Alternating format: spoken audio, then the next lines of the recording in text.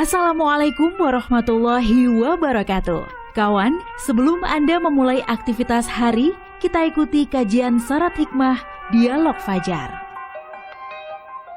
Assalamualaikum warahmatullahi wabarakatuh. Alhamdulillah kawan, pagi hari ini saya Fitriana Ayu bisa kembali menyapa Anda lewat program Dialog Fajar. Ini tandanya berarti sudah jam 5 kawan. Mungkin ada agenda-agenda atau jadwal-jadwal Anda yang mepet jam 6. Tandanya juga kita mendengarkan nasihat-nasihat kehidupan sebelum memulai kehidupan kita yang lebih baik lagi dengan kawan-kawan dari Pesantren Al-Quran Nurul Falah Surabaya.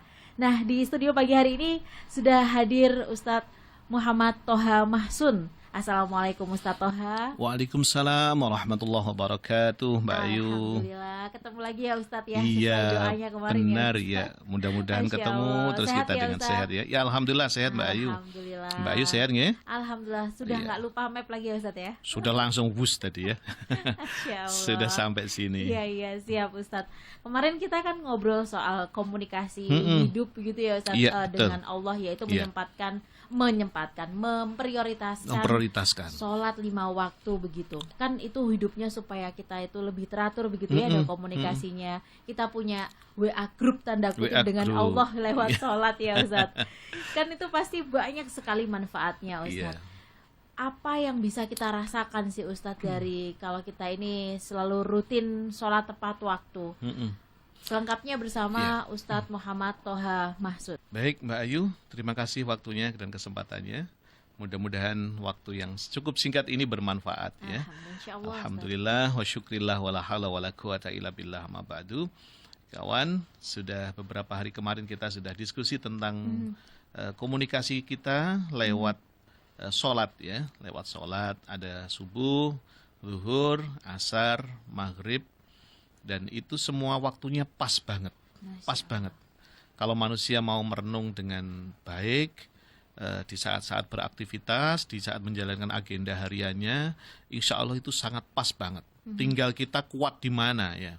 Tinggal kita kuat di mana. Karena bagaimanapun juga kalau kita sedang sibuk-sibuknya bekerja, saya lagi meeting, satu misal ya, waktunya bagaimana ini waktu ngatur sholat, kadang-kadang kita terlupa. Karena kita disibukkan dengan urusan dunia. Kita harus imbang, kawan, antara benar, memang urusan dunia harus kita selesaikan. Iya, karena kehidupan kita sedang di dunia, tapi jangan lupakan untuk akhirat kita, yaitu dengan sholat. Maka kawan, sebenarnya apa yang kita peroleh? Ya, yang kita peroleh hak apa bagi kita ketika kita sudah menjalankan sholat dengan baik?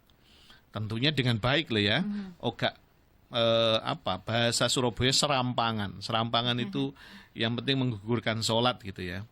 Ya wis menjalankan sholat, aktivitas rutinitas, setelah itu kembali lagi kayak sentuhan hatinya kayak nggak ada.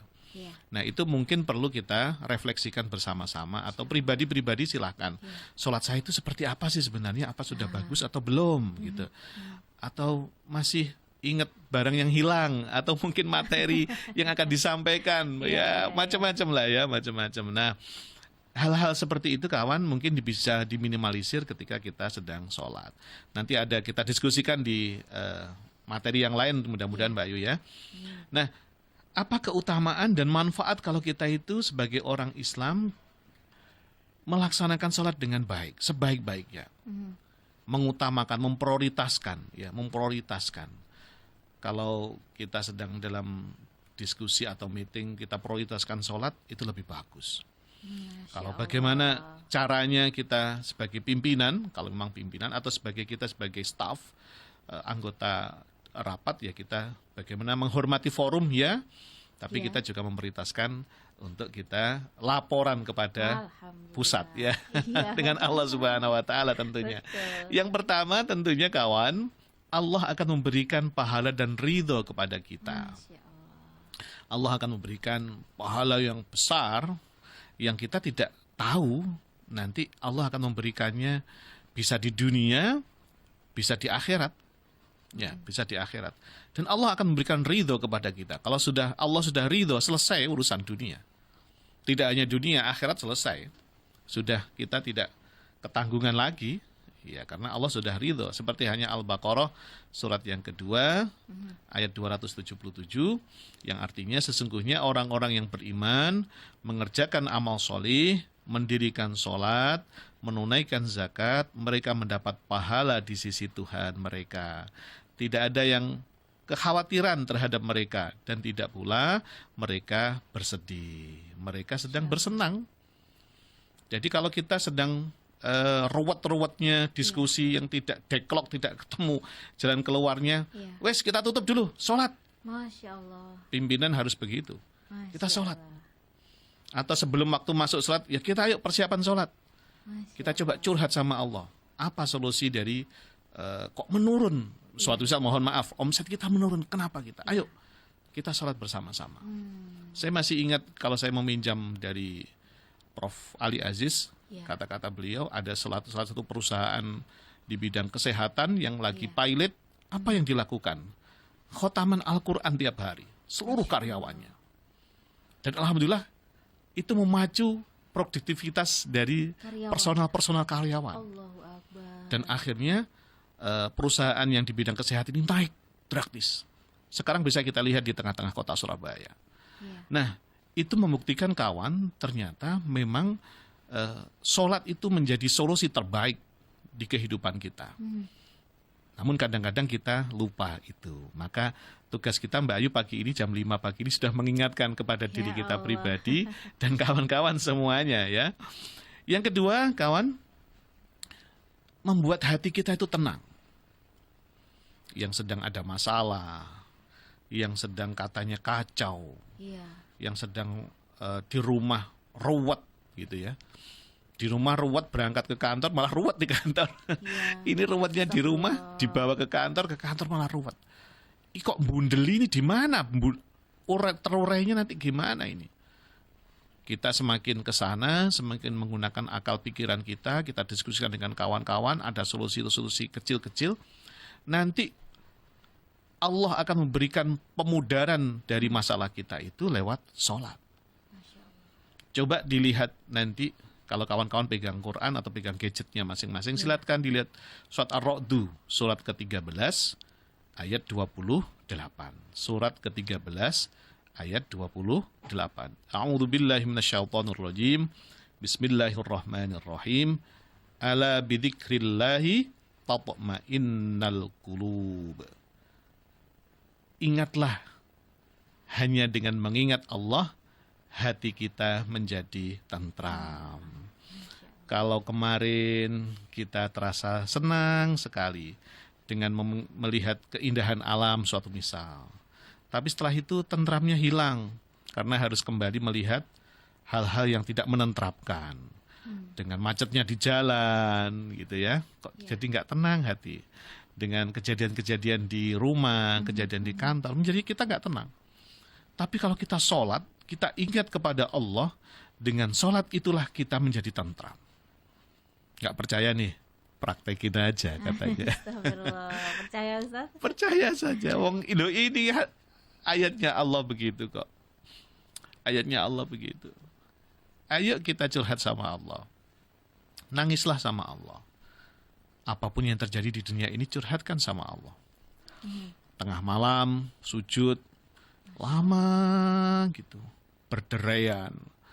Kok gak dikabul-kabulin ini?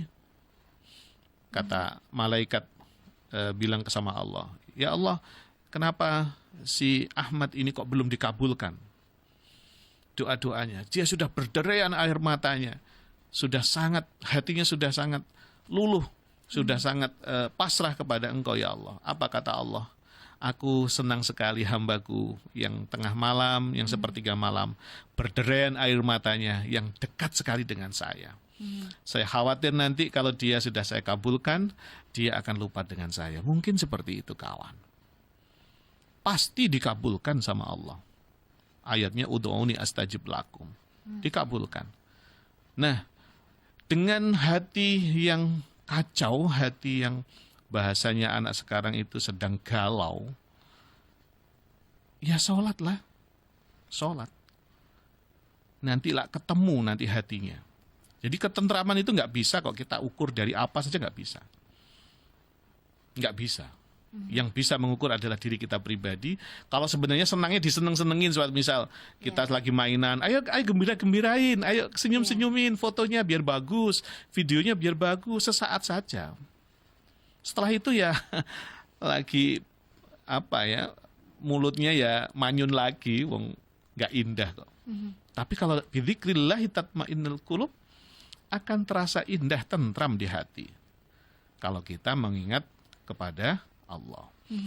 Setidaknya yang ketiga, kawan, Allah akan membuat kita dijauhkan dari sifat yang keji itu jelek, mungkar, kemungkaran, kejelekan.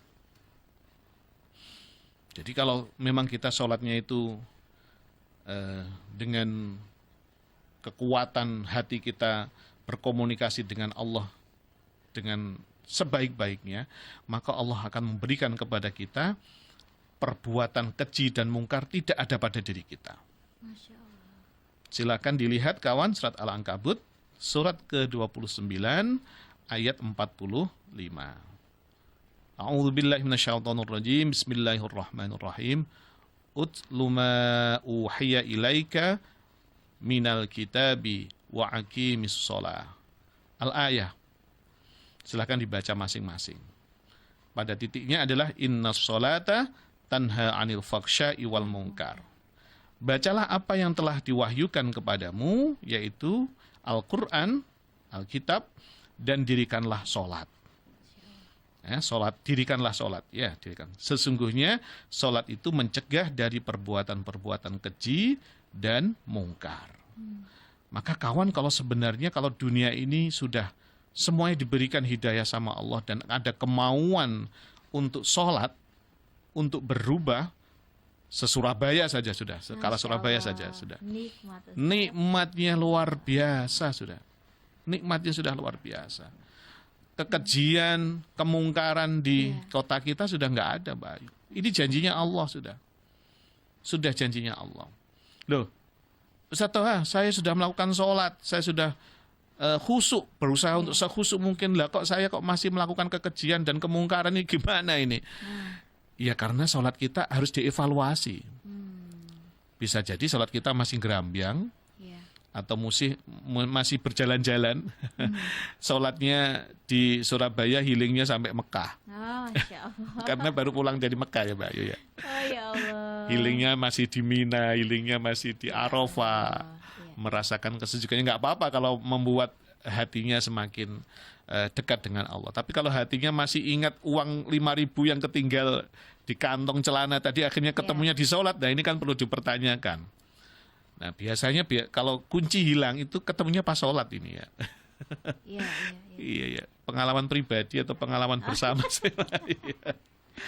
Maka kawan, ayolah ya, ayo biar kita mendapatkan dari anugerah dari Allah, kita tidak melakukan kekejian dan tidak melakukan kemungkaran. Kita lakukan sholat. Inna sholata tanha anil faksya'i wal munkar. Insya Allah kalau kita melakukan sholat, semuanya sudah, Allah sudah menjamin kita tidak melakukan atau kita dihindarkan dari kekejian dan kemungkaran. Yang keempat, kawan, kita diangkat oleh Allah derajat kita untuk mendapatkan kebaikan. Surat Al-Mu'minun, surat ke-23, ayat 1-2. Silahkan disimak masing-masing. Dan kalau memang ada kesempatan, boleh di VN gitu Mbak Ayu ya. Dikirimkan ke Mbak Ayu ya nanti ya. Nanti dibenarkan kalau ada evaluasinya. Allah memberikan peringatan kepada kita, sholatlah dan Allah akan mengangkat derajat kita dan mendapatkan kebaikan. Di surat Al-Mu'minun, surat ke-23, 1-2. Sesungguhnya, artinya, sesungguhnya beruntunglah orang-orang yang beriman, yaitu orang-orang yang khusyuk dalam sholatnya. Al-Mu'minun, surat ke-23, ayat ke-1-23. Nah, kita itu tidak khusyuknya ya karena banyak pikiran. Betul. Harga cabai masuk pikiran. SPP belum SPP belum terbayar, masuk pikiran, macam-macam. Iya. Akhirnya terbawa sampai sholat. Benar baca kul a'udzu birabbin nas, malikin nas, ilahin nas sampai selesai. Dari setan-setan yang menggoda di hati saya untuk tidak masuk, ternyata malah pikirannya, malah dia setannya ternyata. Ya Allah. Ayo kawan ya, kalau kita memang kita persiapkan sebaik-baik mungkin, biar kita nggak terlalu keburu-buru. Mau sholat mau adzan kita sudah persiapkan, pas sholatnya biar kita lebih bagus lagi. Maka kawan, masih banyak hal yang terus saya sampaikan ya. Insya Allah akan menghapus dosa-dosa kita manakala kita sholat dengan baik ya.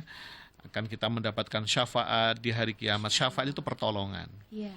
Kalau takdirnya Allah kita, naudzubillah, kita masuk neraka, ternyata kita ahli sholat, ahli jamaah, ahli ke masjid, ahli qiyamul lail, ternyata sholat itu bisa memberikan pertolongan kepada kita.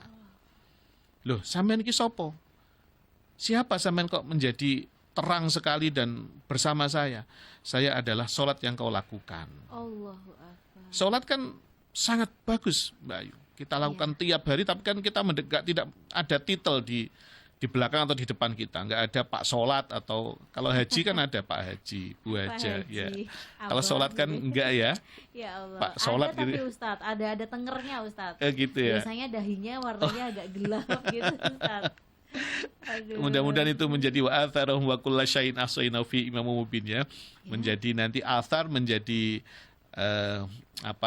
contoh atau menjadi tanda nanti di akhirat untuk dicatat oleh Allah di Lauhil Mahfudnya Allah menjadi orang-orang yang ahli sholat. Mudah-mudahan yang saya sampaikan ini bermanfaat Mbak Ayu, yang sedikit ini memberikan pemahaman kepada kita bagaimana pentingnya kita sholat 5 waktu. Mudah-mudahan kita istiqomah dalam menjalankan amanah dan kewajiban oleh Allah ini. Amin ya rabbal alamin. Amin ya rabbal alamin. Terima kasih Mbak Ayu kesempatannya. Mohon maaf atas segala kesalahannya. Sami-sami Ustadz. Semoga bermanfaat. Kalau di sela-sela pagi begini kan kita repot sekali ya Ustadz ya. Betul Mbak Ayu. Sampai nanti kadang siang itu kok gak mari-mari. Gak mari-mari. Tapi ketika adzan kita berhenti sejenak, kita komunikasi lagi ya sama Allah ya. Benar. Insya Allah. Terima kasih Ustadz. Semoga bermanfaat. Demikian Dialog Fajar pagi hari ini kawan. Saya Fitriana Ayu dan juga Ustadz Muhammad Toha Mahsun pamit. Wassalamualaikum warahmatullahi wabarakatuh. Program Dialog Fajar yang baru Anda simak kerjasama Suara Surabaya dan Pesantren Al-Quran Nurul Falah Surabaya, lembaga dakwah yang amanah, profesional, dan berbasis Al-Quran. Pesantren Nurul Falah mencetak guru-guru Al-Quran dengan metode tilawati dan tahfidz Al-Quran. Informasi dan pemberian donasi hubungi 031 828 1278 atau nurulfalah.org. Wassalamualaikum warahmatullahi wabarakatuh.